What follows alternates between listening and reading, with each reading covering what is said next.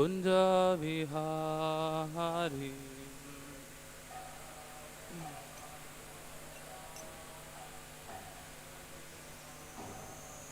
Jai Radha Madhav Kunj Vihari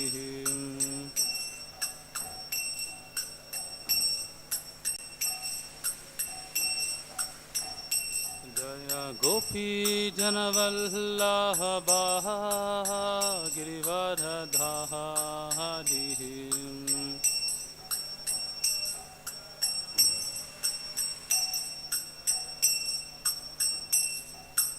यशोधनन्दना व्रजनरञ्जना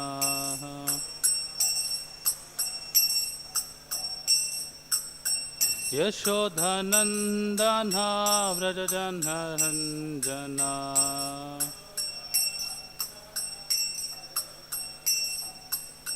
यमुनातीरावनचारी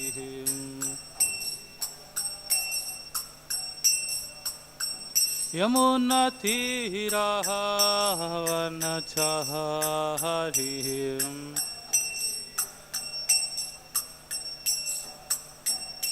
Jai Radha Madhav Kunj Vihari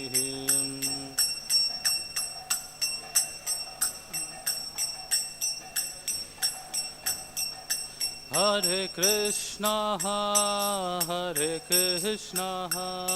Krishna Krishna Hare Hare Hare Ram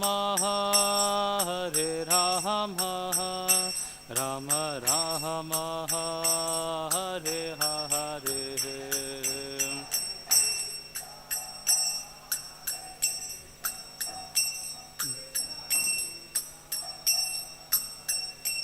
Shri Krishna Rukmini Satyabhama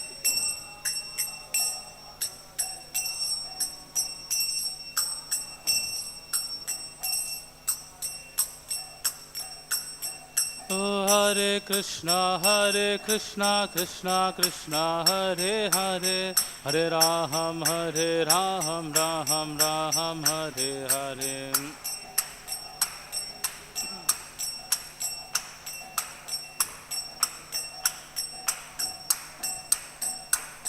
Hare Krishna Krishna Krishna Hare Hare Hare Ram Ram Ram Hare Hare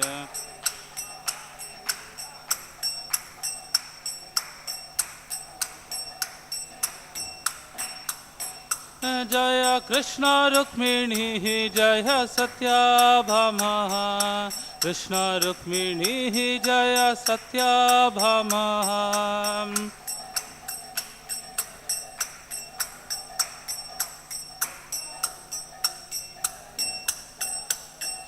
Jai Krishna Balram Jai Krishna Balram Krishna Balram Jai Vrindavan Dham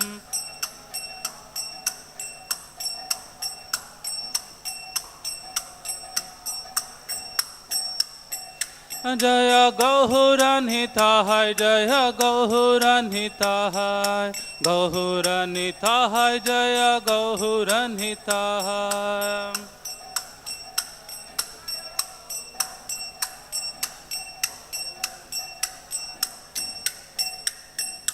Jai Jai Gurudev Prabhupada Gurudev Jai Jai Prabhupada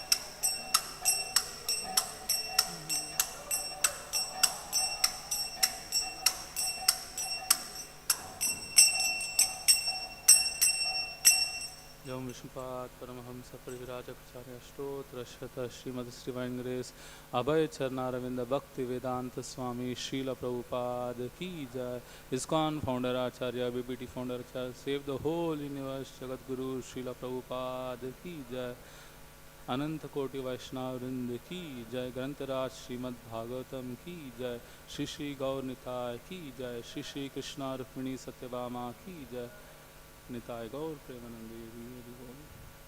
Reading from Srimad-Bhagavatam, Canto 2. Om Namo Bhagavate Vasudevaya.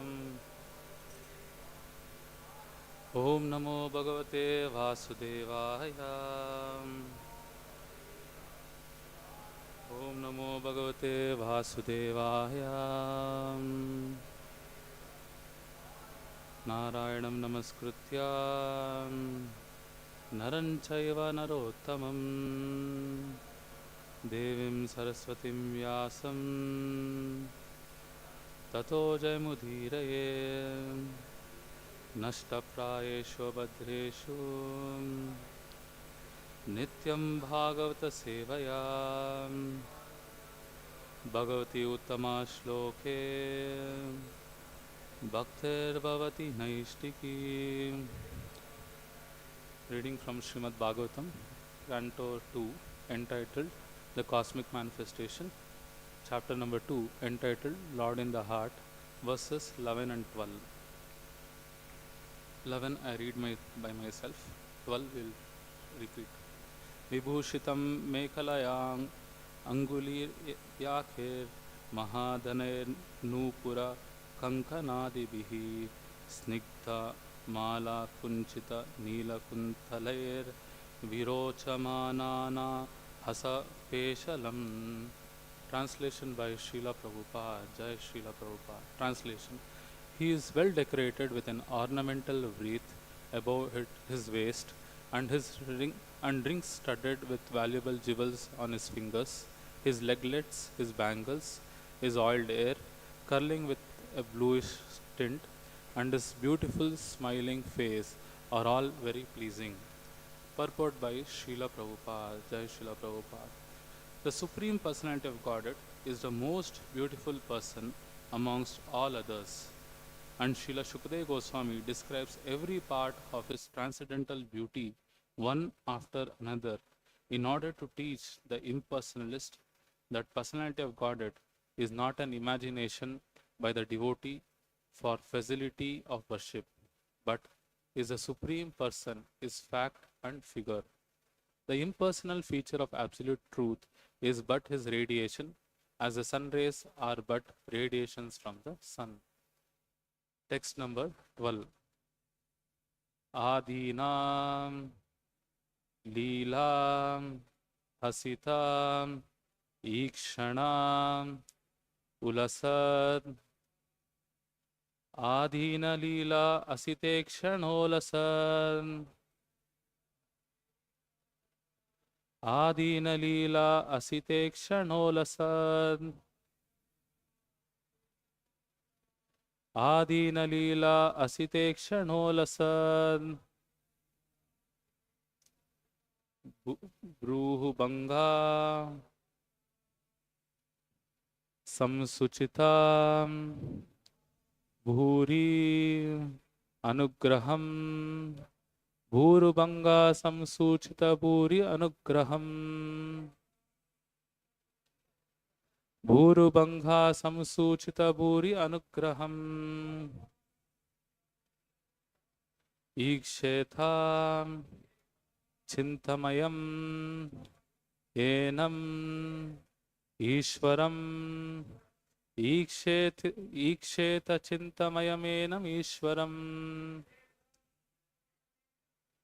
Iksheta Chintamayamenam Ishwaram Yavan Manom Dharanayam Avitishtate Yavan Mano Dharanaya Avitishtate Yavan Mano Dharanaya Avitishtate Adina Leela Asitekshanolasan Brupanga Samsuchita Bhuri Anugraham Iksheta Chintamayamena Ishwaram Yavan Mano Dharanaya Vitishthate.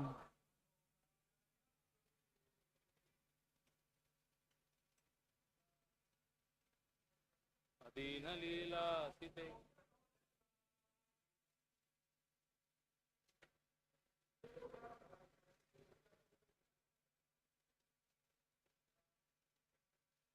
Ikshechita Chintamayamenam Ishwaram Yavan Manodharanayavatistate.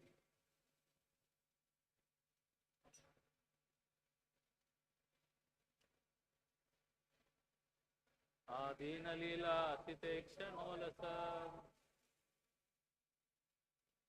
Durvanga Bhutam Chitabhuri Anigraham Iksheta Chintamayam Ishwaram Yavan Manodharanayavatistate. Adina Leela Sitekshanolasa Durvanga Samsuchitabhuri Anugraham Iksheta Chintamayamenam Ishwaram Yavan Manodharanayavatistate. Word to word meaning. Adhina, very magnanimous. Leela, pastimes. Hasita, smiling. Ikshana, by glancing over. Ulasat, glowing. Brubangha, signals of eyebrow. Samsuchita, indicated. Bhuri, extensive. Anugraham, benediction. Iksheta, one must concentrate on. Chintamayam, transcendental. Enam, this particular. Ishwaram, the Supreme Lord. Yavat, as long as. Manaha, the mind. Dharanaya, by meditation. Avatishthathe, can be fixed. Translation and purport by His Divine Grace Abhay Charnaravinda Bhakti Vedanta Swami Srila Prabhupada Jai Srila Prabhupada. Translation. The Lord's magnanimous pastimes and the glowing glancing of His smiling face are all indications of His extensive benedictions. One must therefore concentrate on this transcendental form of Lord as long as the mind can be fixed on Him by meditation. Translation by repetition. The Lord's magnanimous pastimes and the glowing glancing of His smiling face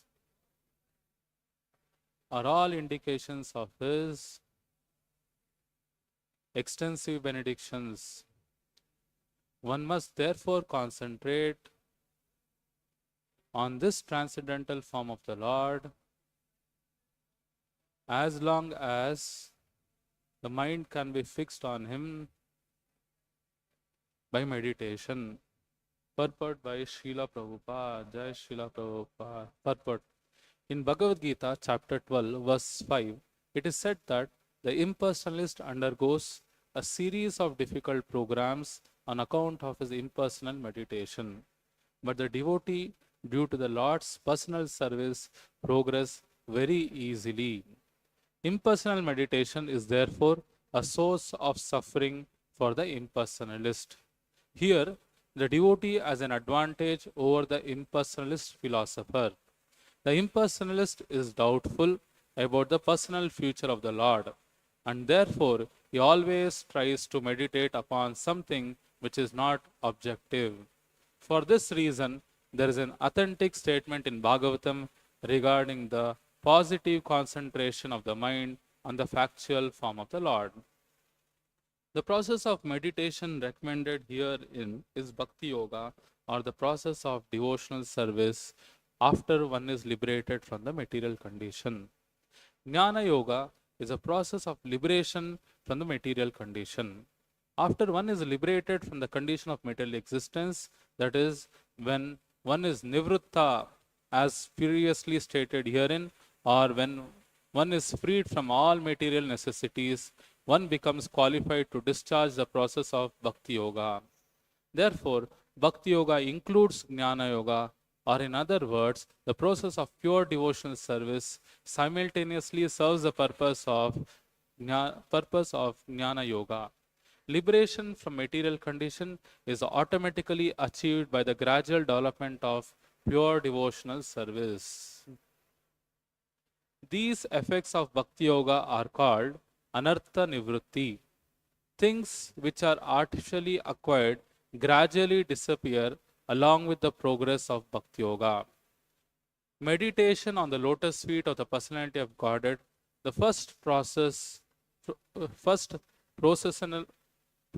step, must show its effect by anartha nivrutti. The grossest type of anartha which binds the conditioned soul in the material existence is sex desire. And this sex desire gradually develops in the union of male and female. When the male and female are united, the sex desire is further aggravated by the accumulation of buildings, children, friends, relatives, and wealth. When all these are acquired, the conditioned soul becomes overwhelmed by such entanglements, and the false sense of egoism or the sense of myself and mine becomes prominent. And the sex desire expands to various political, social, altruist, philanthropic, and many other unwanted engagements, resembling the foam of the sea waves, which becomes very prominent at one time and the next moment vanishes as quickly as a cloud in the sky. The conditioned soul is encircled by such products as well as products of sex desire, and therefore Bhakti Yoga leads to gradual evaporation of the sex desire, which is summarized in three headings, namely profit, adoration, and distinction. All conditioned soul are mad after these different forms of sex desire, and one shall see for himself how much he has been freed from such material hankerings based primarily on sex desire. As a person feels his hunger is satisfied after eating such each morsel of foodstuff, he must similarly be able to see the degree to which he has been freed from sex desire. The sex desire is diminished along with his various forms by the process of Bhakti Yoga, because Bhakti Yoga automatically, by the grace of the Lord, effectively results in knowledge and renunciation. Even if the devotee is not materially well educated, knowledge means knowing things as they are. And if by deliberation it is found that these things which are at all unnecessary, naturally the person who has acquired knowledge leaves aside such unwanted things. When the conditioned soul finds by culture of knowledge that material necessities are unwanted things, he becomes detached from such unwanted things. This stage of knowledge is called vairagya, or detachment from unwanted things. We have previously discussed that the transcendentalist is required to be self-sufficient and should not beg from rich, blind persons to fulfill the bare necessities of life. Shukdev Goswami has suggested some alternatives for the bare necessities of life, namely the problem of eating, sleeping, and shelter, but he has not suggested any alternative for sex satisfaction. One who has a sex desire still with him should not at all try to accept the renounced order of life. For one who has not attained to this stage, there is no question of renounced order of life. So by the gradual process of devotional service, under the guidance of proper spiritual master, and following the principles of Bhagavatam, one must be able to at least control the gross sex desire before one accepts the renounced order of life factually. So purification means getting free gradually from sex desire. And this is attained by meditation on the person of the Lord, as described herein, beginning from the feet. One should not try to go upwards artificially without seeing for himself how much he has been released from the sex desire.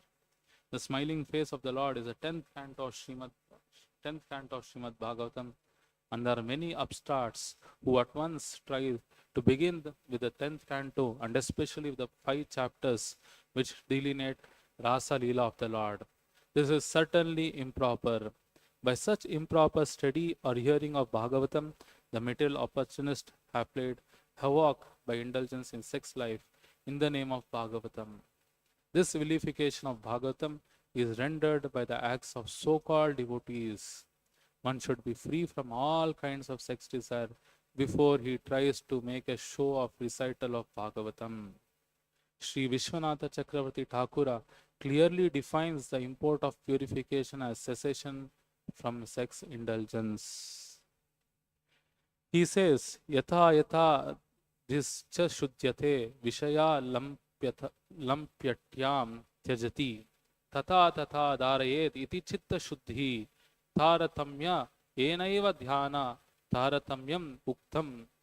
And as one gets free from the intoxication of sex indulgence by purification of intelligence, one should step forward for the next meditation, or in other words, the progress of meditation on different limbs of transcendental body of the Lord should be enhanced in proportion to the progress of purification of the heart. The conclusion is that those who are still entrapped by sex indulgence should never progress to meditation above the feet of the Lord. Therefore, recital of Srimad-Bhagavatam by them should be restricted to the first and the second cantos of the great literature. One must complete the purificatory process by assimilating the contents of the first 9 cantos. Then one should be admitted into the realm of the 10th canto of Srimad-Bhagavatam. Thus ends the Bhakti Vedanta purport. Om Ajnanatimiraandhasya Jnananjanashalakaya Chakshurinmilitam Yena Tasmai Shri Gurave Namaha. Namahom Vishnupadaya Krishna Preshtaya Bhutale Srimate Bhakti Vedanta Swaminiti Namine Namaste Saraswate Deve Gauravani Pracharine Nirvishesha Shunyavadhi Paschatya Deshatarine Jaya Shri Krishna Chaitanya Prabhu Nityananda Shri Advaita Gadadhara Shri Vasadi Gaura Bhakta Vrindam Hare Krishna Krishna Krishna Hare Hare Hare Rama Rama Rama Hare Hare.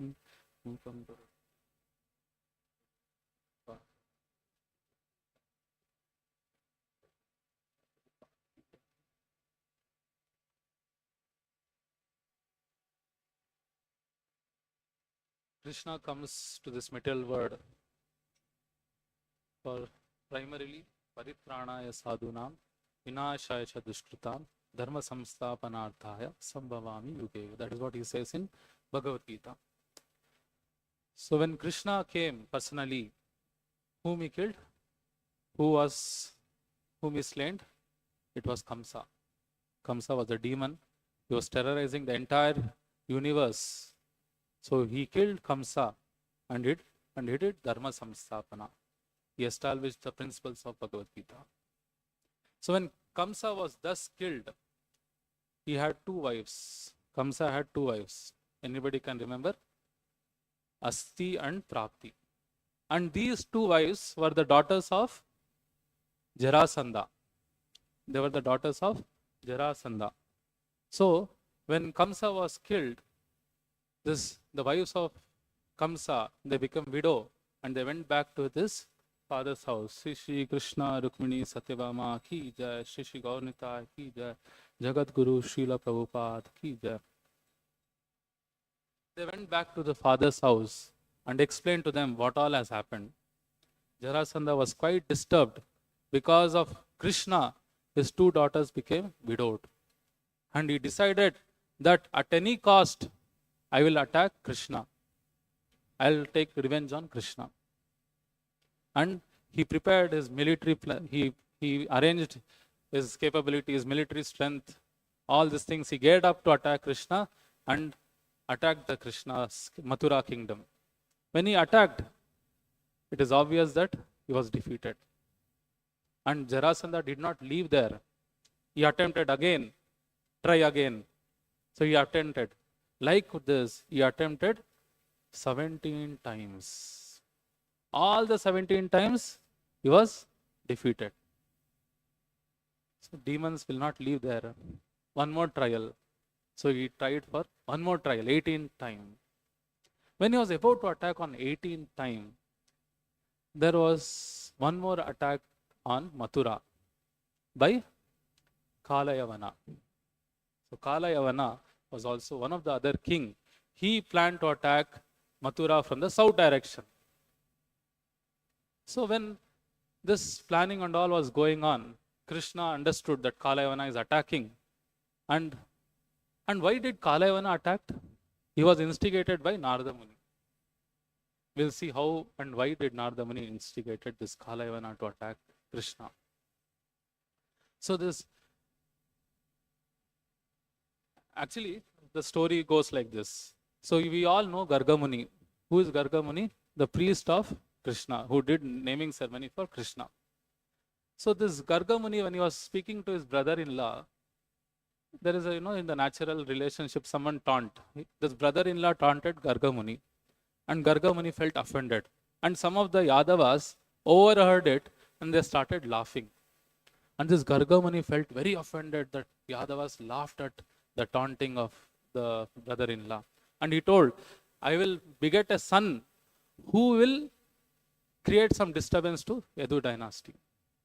Then he engaged in meditation and got a boon from Lord Shiva that he will get a child who will create disturbance to Yadu dynasty. And he got a son from one of the Yavana king, and his name was Kalayavana. So this Kalayavana he's a king, right? He's a Kshatriya. So he was looking who is the greatest king whom he can attack. Like that he was thinking. That time Narada Muni came in the scene. And Narada Muni told that greatest of the kings are the Yadavas. So you have to go and attack these Yadavas. So Kalayavana was, as ordered by Narada Muni, he was also geared up to attack Krishna, the kingdom of Dwaraka. He was also geared up to attack Dwaraka from one of the side. So when Krishna heard all these things was happening, he started fortification, building the fort because Jarasandha is attacking one side, other side Kalayavana is attacking. And he was very sure that Jarasandha will not attack from one side. He was very sure that Jarasandha will attack from at least two sides. And in the meanwhile, Kalayavana is also attacking. So Krishna said to Balaram, I will take off this Kalayavana, you handle Jarasandha.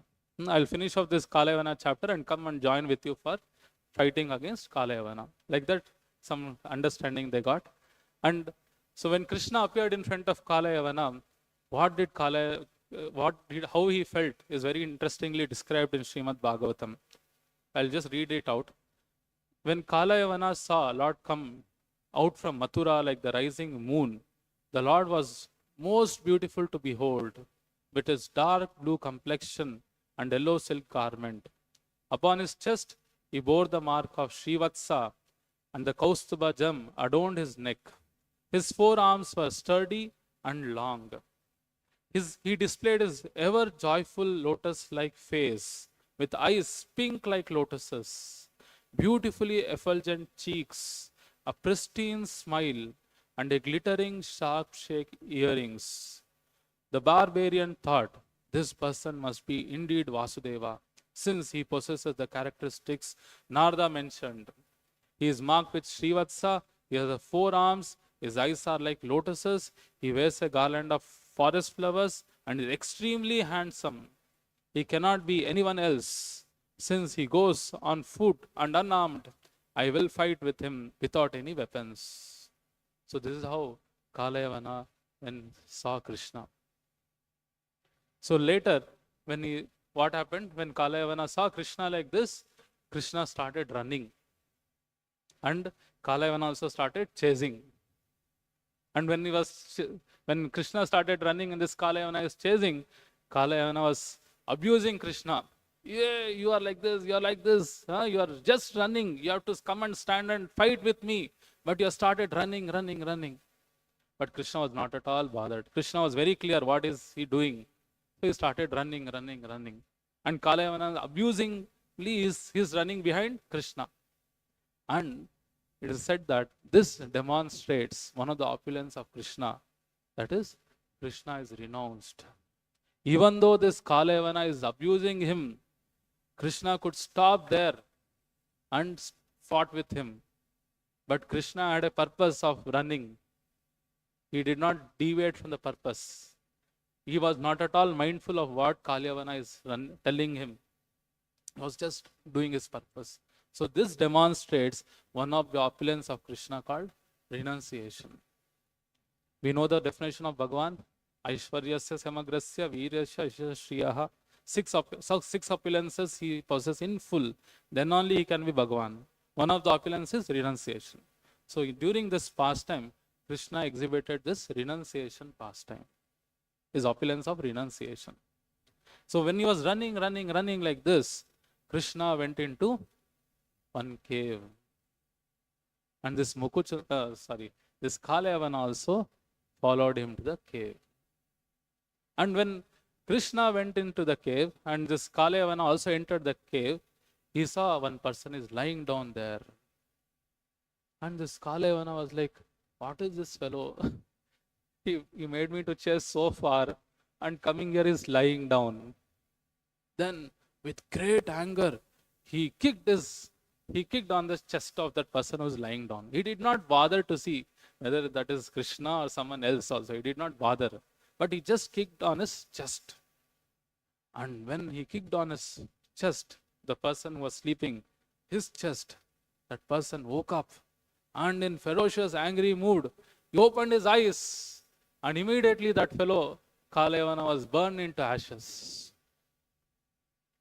When this story was told by Shukdev Goswami, Suta Goswami to the sages, they were all very inquisitive.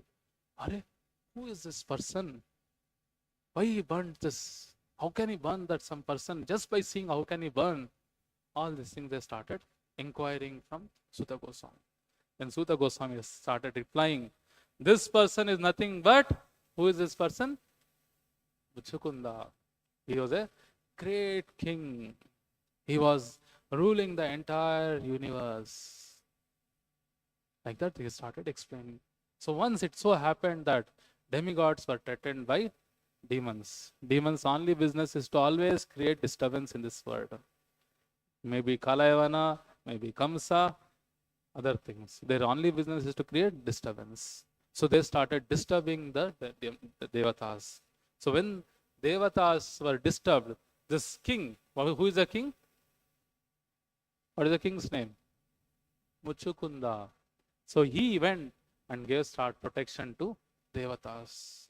And this protection, it was for a long time had happened that he gave protection to devatas.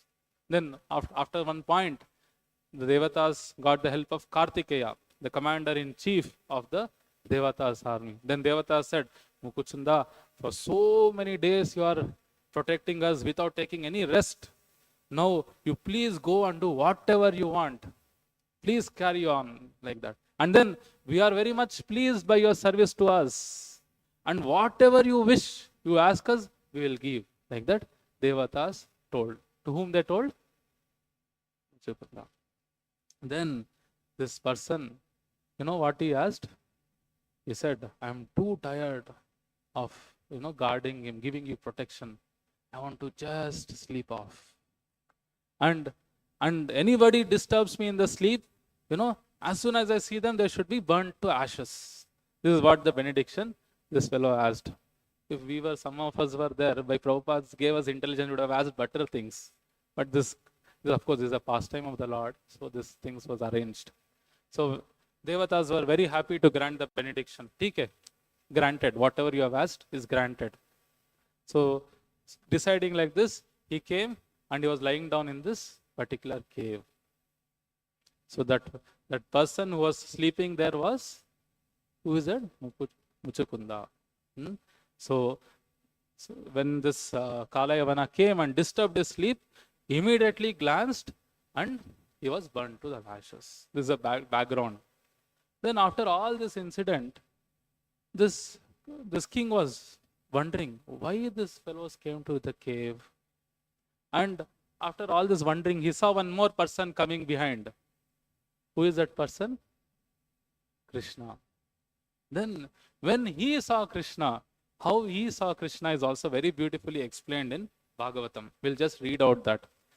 As he gazed at the Lord, King Muchukunda saw that he was dark blue like a cloud, had 4 arms, and wore a yellow silk garment. On his chest he bore the Srivatsa mark, and on his neck brilliantly glowing Kaustuba gem was there. Adorned with a Vaijayanti garland, the Lord displayed his handsome, peaceful face, which attracts the eyes of all mankind with its shark-shaped earrings and affectionately smiling glance. The beauty of his youthful form was unexcelled, and he moved with the nobility of an angry lion, the highly intelligent king. So this is how the king saw the Lord. If you see today's purport, translation of 11th verse, it is said that Lord is well decorated with an ornamental wreath, and his leglets, his bangles, his oiled hair, and he wore a beautiful smiling face are very pleasing. And in 12th verse, translation is Lord's magnanimous pastimes and the glowing glances of his smiling face.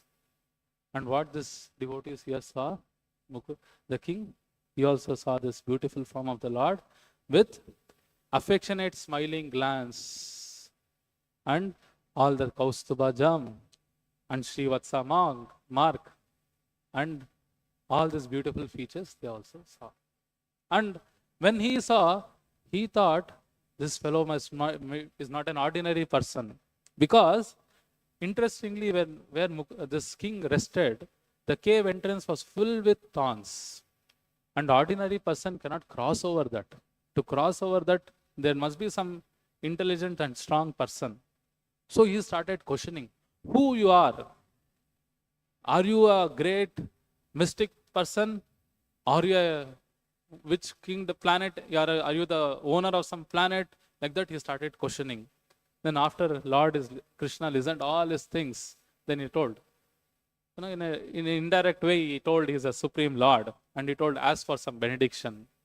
Then when Krishna told to ask for some benediction, it struck the king that this person is none other than the Supreme Personality of Godhead. Then the king was very happy, and he felt very sorry that he wasted so much of time and he be blessed to become a devotee. And Krishna also, when Lord's purpose is to make us all attractive to Krishna, right? So when somebody begs to become a devotee, Lord is also very happy. So he granted that boon. So in the next life, you'll be born as a Vaishnava. You'll become a devotee. And the next life, what he became? Any idea what he became? The same king? He became Pundalik, connected to Vittal. Of a very nice pastime is there. So the entire thing is, Krishna's form is so attractive.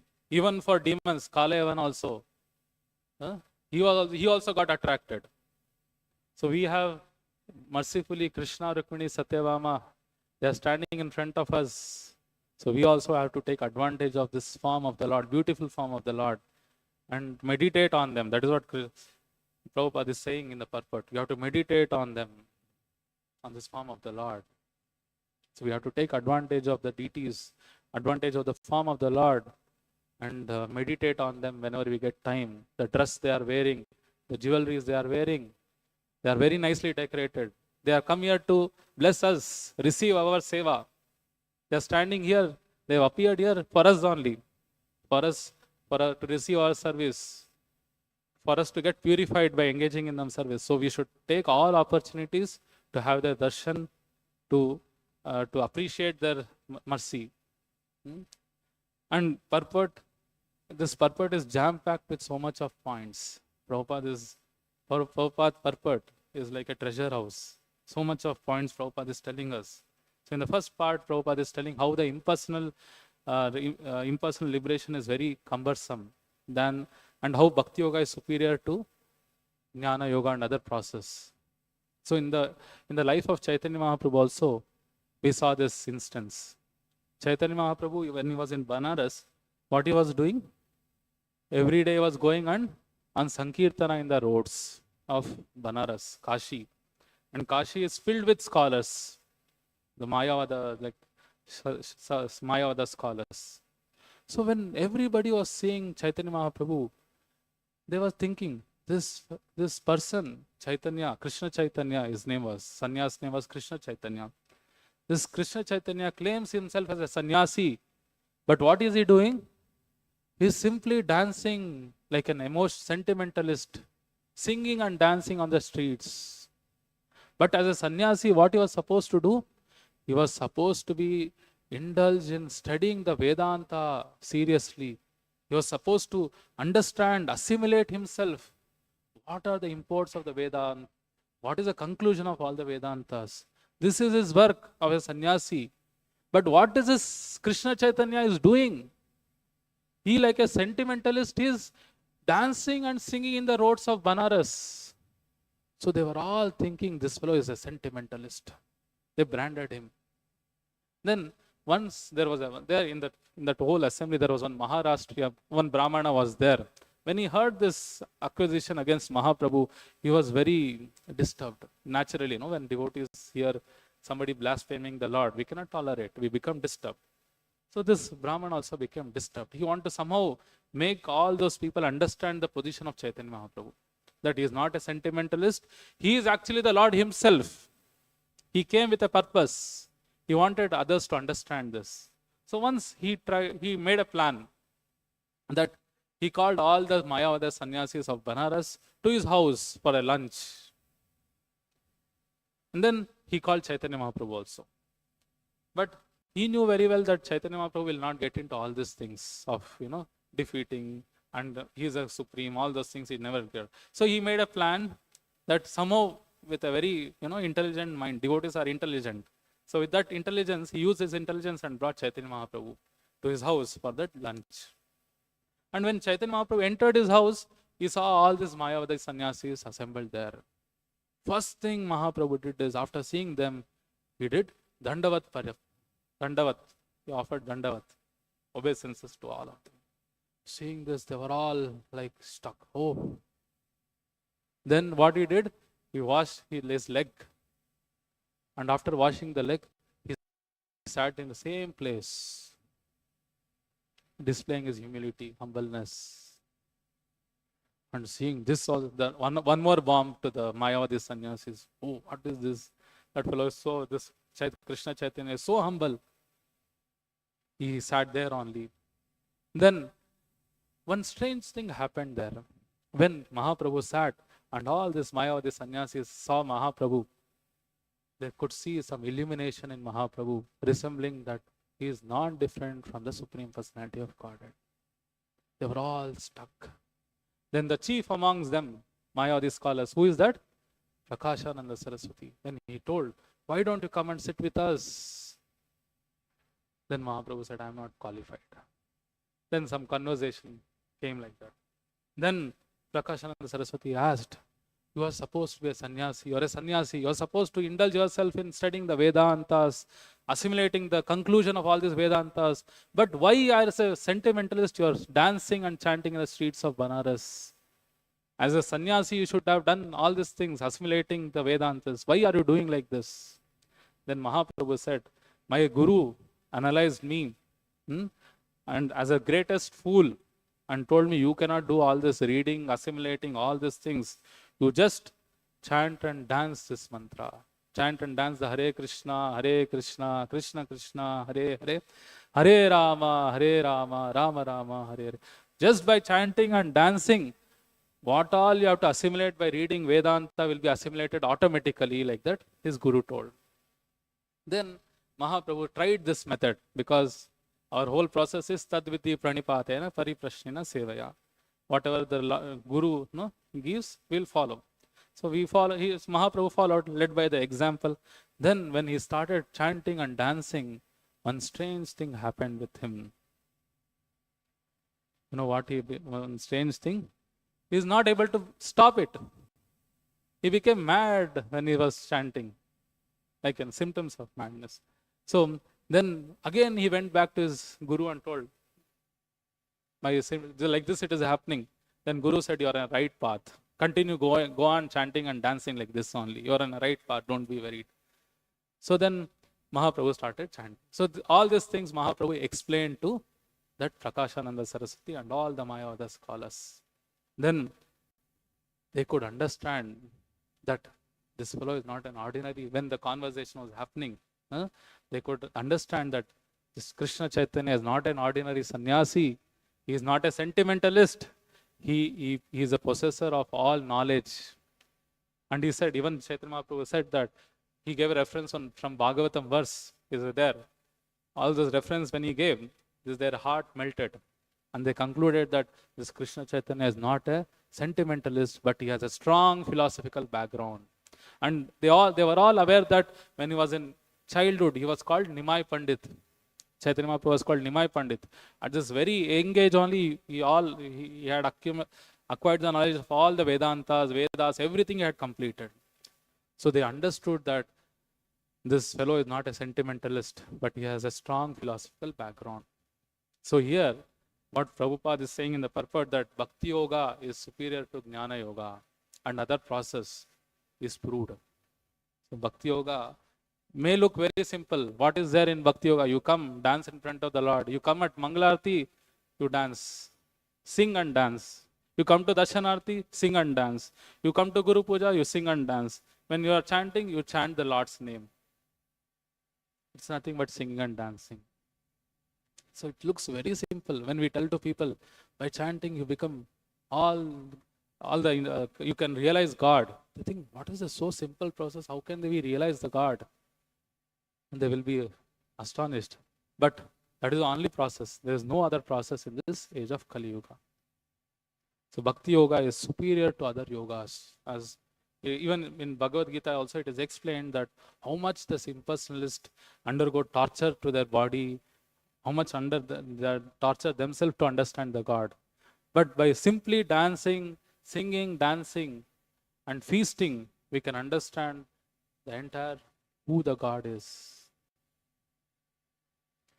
Such is the easy process of this Bhakti Yoga. And this purport is filled with so much of important instructions by Srila Prabhupada. So Srila Prabhupada says,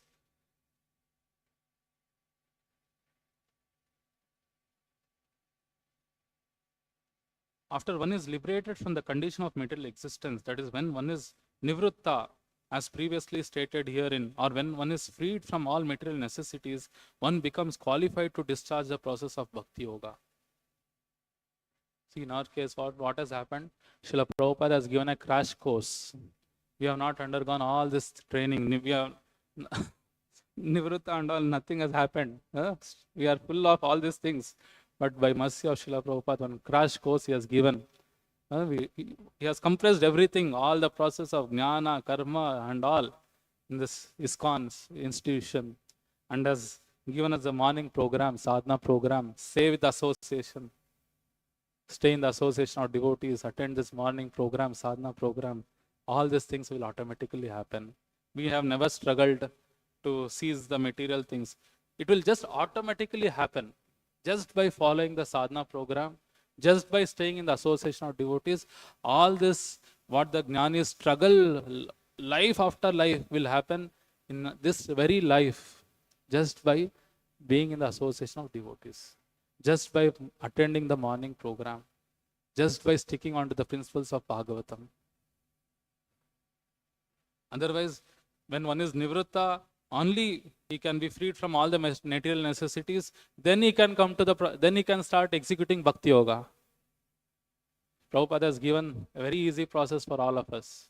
Just stay in association, just do sadhana, you'll become nivritta, and all the things, Bhakti Yoga also you can start doing simultaneously. And then meditation on the grossest type of anartha, which binds the conditioned soul in the material existence, is a sex desire. And the sex desire gradually develops in the union of male and female. When the male and female are united, the sex desire is further aggravated by the accumulation of building, children, friends, relatives, and wealth. That is what Bhagavatam also says. So when Pumsa, Striya, Maithuni Bhava happens, what is the result of all those things? Stri means one who expands. When Stri comes to the life, expansion happens. What expansion? Ata gruha kshetra sutapta vittar. What all expansion comes? Gruha. We need a house to stay. Then We need some land to take care, earn something. Ata gruha kshetra suta. We need children. Apta, we need relatives. And with vitta, we need wealth. So when Stri comes to one's life, she expands. She expands as gruha kshetra suta apta and vitta. So when the male and female are united, the sex desire is further aggravated by the accumulation of buildings, children, friends, relatives, and wealth. When all these are acquired, the conditioned soul becomes overwhelmed by such entanglements. We cannot handle all these things. Then the feeling of aham mameti will come to us. This is mine. This land belongs to me. He is my son, my daughter. All these feelings comes to us. Then we'll become entangled in this life. And the sex desire expands to and it doesn't stop there. It will expand into various political, social, philanthropic, altruist, and many other unwanted engagements. And very interesting, Prabhupada says, resembling the foam of the sea waves. We have seen in the sea, when the waves come, some foams also will come. What is the duration of the foam? Few seconds. But when it comes, so much of urge is there to satisfy it. So likewise, Prabhupada is saying, the sixth desire is also like that. When it comes, so much urge is there to satisfy. After some time, nowhere. It is nowhere. So Krishna says one very important principle. Whatever happens in our life, an important golden rule is there that he speaks in the beginning of Bhagavad Gita itself. That is tolerance. Whatever comes to our life, we have to tolerate. Tam titikshasabad. Before speaking Bhagavad Gita, the first principle Lord gives is tolerate. Just tolerate, everything will go off. Because everything is like a foam in the sea. It will come, stay for some time only. It doesn't have much life. In that time, don't get disturbed. Don't get carried away by that. Because after when we'll feel bad for that. Oh, why did I do that? I should have waited for some time. All this decision, then we'll feel like that. Just during that time, you tolerate. That is what Prabhupada is also telling here. Resembling the foam of the sea waves, which becomes very prominent at one time and the next moment vanishes as quickly as a cloud in the sky. The conditioned soul is encircled by such products as well as products of sex desire, and therefore Bhakti Yoga leads to gradual evaporation of sex desire. So Prabhupada is giving us, when all this disturbance come, take shelter of Bhakti Yoga. Especially the chanting of Hare Krishna, Krishna Krishna, Hare Hare, Hare Rama, Rama Rama, Hare. So when we engage in chanting of Hare Krishna mantra, what happens? The evaporation of all these unwanted things will happen. And so gross type is sex desire. There are subtle sex desires. What are those? Profit, adoration, and distinction. Puja, labha, and pratishtha. These are the subtle sex desire. So all these things also will go when we engage in the Bhakti Yoga, chanting of Hare Krishna, Krishna Krishna, Hare Hare, Hare Rama, Rama. Just by chanting, so we will become free from the gross sex desire and also subtle sex desire. For the same verse, His Grace Madhu Pandit Prabhu has given the lecture, and he says that the subtle sex desire, that is puja, labha, pratishtha, has to be dovetailed. How we will dovetail this puja, labha, pratishtha? We have to dovetail by puja, labha, pratishtha, dovetailing to Guru and Krishna. You want to be famous? Make your Guru famous. Make Krishna famous. You want adoration? Make people adore Guru. Make people adore Krishna. So this dovetailing has to be happened. And even in the purport, Prabhupada says, Bhagavatam gives an alternative for bare necessities of life, like eating, sleeping, all those things. But Bhagavatam doesn't give is not giving an alternative for sex life. This proves that this is not much essential for a living entity. Living entity cannot live without food, clothing and shelter. These are the bare necessities. If he doesn't give food, we'll become tired. We cannot chant Hare Krishna mantra. There is no shelter. If rain comes like this, we'll become tired. We'll be in difficult situation. But if we are not indulged in sex desire, still we can chant Hare Krishna nicely. So, Bhagavatam gives an overall solution. If Bhagavatam is not giving a solution for this, means it is not required in our life. That is what Prabhupada is telling in our purport. So these are some of the points I could think. Maybe when we are having time, we can again go through this purport. Very nice, enlightening purport Prabhupada has given. Okay. These are some of the points I thought of discussing, sharing with all of you. Thank you. Grantaraj Srimad-Bhagavatam ki jai. Jagat Guru Srila Prabhupada ki jai.